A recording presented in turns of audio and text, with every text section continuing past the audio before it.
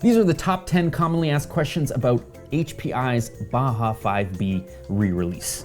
HPI sent me one of these crazy kits to put together and, I don't know, tell you guys my experience. But because I got kind of the inside scoop, I asked as many questions as I could to all the right people at HPI, and I got some answers back. A lot of misconceptions about cloning, a lot of misconceptions about, HPI and what it's bringing back, whether or not it's bringing back the 5T. So check out these 10 questions. Number 1, what is the price? Should average around $749.99 US. And in the UK, it should be around 774 pounds. In euros, 889 euros. And apparently in UK and in Europe, you'll be able to find slightly lower prices here and there. Number 2, when will it be available? Well, apparently containers are already on the water to the US and Australia. And as of yesterday, the EU, so Europe, they're saying like 2 to 3 weeks for stock in the US, 2 weeks for Australia, and about 6 to 7 weeks or so for the EU. And apparently, if you do end up missing out on the first batch, you're going to be able to get a second batch of kits that are sort of planned and might already be in production and might hit distributors before Christmas, because that would be a hell of a Christmas gift for sure. Number 3, what's new?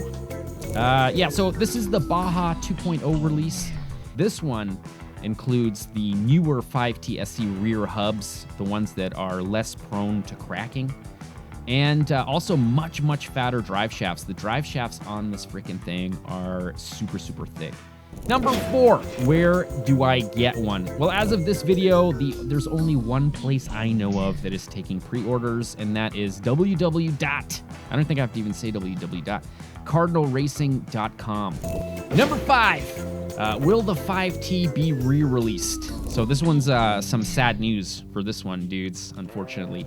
The 5R, which is that like crazy like Mustang street version of the Baja, it didn't have a kick up on the chassis. And then you got the 5SC, which is like the much wider, sort of like newer, short course truck style. And then the 5T, which is Nash's favorite. It has kind of a shorter body. I do have some insider information about this, and there was a bit of kind of like buffer between ownership of HPI. So there's a company called Kingstar, and it's where the original HPI Baja was designed. And all of the tooling and all of that was made by Kingstar. And when they went out of business, there were some years in limbo there where apparently some things were lost. And one of the main things that were lost, which I'm assuming were the most like clumsy things to store. So they lost the vacuum forming slugs of the bodies for these things. So unfortunately, right now, as it is right now, there's no plans to bring back any of the other versions, which is too bad. Never say never, right? Like we thought the Baja would never come back, and here it is. So maybe it's up to you guys. If this becomes a super popular platform again, they might end up bringing back that as a kit. I don't know. We're just gonna have to show our love for HPI's awesome kits, and maybe they'll bring it back. Number 6. Will there be an RTR version? The 5B is also likely to remain a kit. I understand why. I'm assuming that adds a bunch of cost to the kits. So does it make sense to keep it a kit and like a builder's kit, and then keep it with all the hardcore hobbyists that are into that kind of thing? And I would actually not even include the tires in the kit, but the tires are included. All right. Number 7, are clones made or licensed by HPI? All right, so man, I remember it's been a decade of trying to convince people that the clones have nothing to do with HPI, have nothing to do with Akira, the famous, Kyosho RC designer who was hired by HPI to build the Baja. Akira Kogawa, I think it's Kogawa, and Kingstar came together, and they developed the whole platform with Kingstar, the manufacturer at the time, in Taiwan. So I was told there was an 18 to 24 months of pre-development and a bunch of modifications before its original release in 2006. So the original HPI Baja was tooled and made in Taiwan. It's always been tooled and made in Taiwan.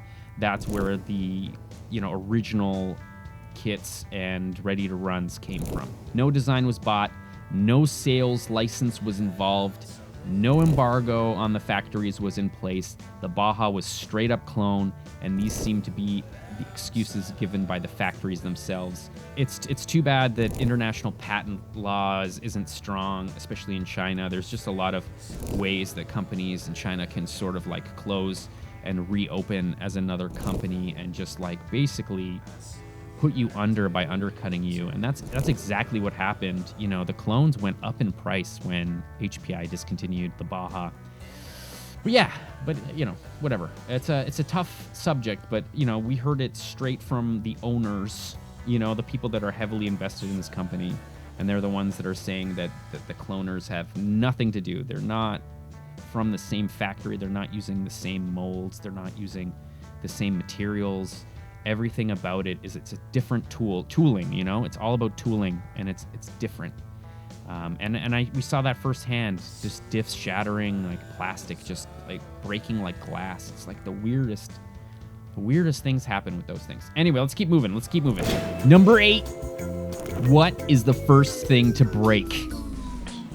All right, I can only really speak to the gas version of this kit, but the first thing that I think is probably going to break is the pinion screw, the screw that holds the pinion to the clutch bell. And the second thing that may break is your clutch carrier is made out of plastic stock. So, if you run it, if you're really hard on the drivetrain, you're going to really heat up that clutch, and that clutch is going to melt or maybe rubberize the clutch carrier, and then the clutch carrier, the pinion, and the spur alignment is going to go off, and you're just going to chew up your spur gear. Yeah, your spur gear. That's the first thing that's going to break. All right, number 9. What is the first upgrade that I should do? So obviously that goes hand in hand with number 8. Get yourself an aluminum clutch carrier. You can visit Dave's Discount Motors, that's DDM, and they there have a bunch of different options for aluminum clutch carriers that you can pick up to solve the first problem, which is the clutch bell and pinion screw. So you can actually buy Vertigo sells the whole kit. So it's the pinion and the clutch bell. And it has its own sort of like hex, that slides in and a larger bolt. And once you get one of those, everything is bueno. Nothing needs to be changed at all. You're gonna probably run that thing until a drive cup decides to wear out, which was what they do. But the Baja has boots, so that does end up taking quite a while because there's no sand, like aggregate material there to speed up that process. Anyway, number 10. Oh man, do I even have a number 10 question? Jeez. And finally, number 10. Should I buy a Baja in 2022? Well, I mean, have you been watching? Have you been watching all the video that I've just been laying all over these 10 questions? If that doesn't convince you, then I don't know. Then probably not. If that doesn't, then don't. But if you've been watching and you're like, this is sick, then do it. Just do it, man. Bite the bullet. It's not that pricey. Like I said, it's cheaper to get into one of these than it is a fully 4-wheel drive Arma. You know what I'm saying? Just saying. 8-scale Arma is price for 5th scale Baja legendary goodness. Man, pretty good price for a legend. That's all I'm saying. Those were the top 10 most commonly asked questions about HPI's 5B re-release. Don't forget to subscribe to kpopRC for more episodes about the 5B re-release. The re-re, man. We got a motor coming from DDM. It should be pretty sweet.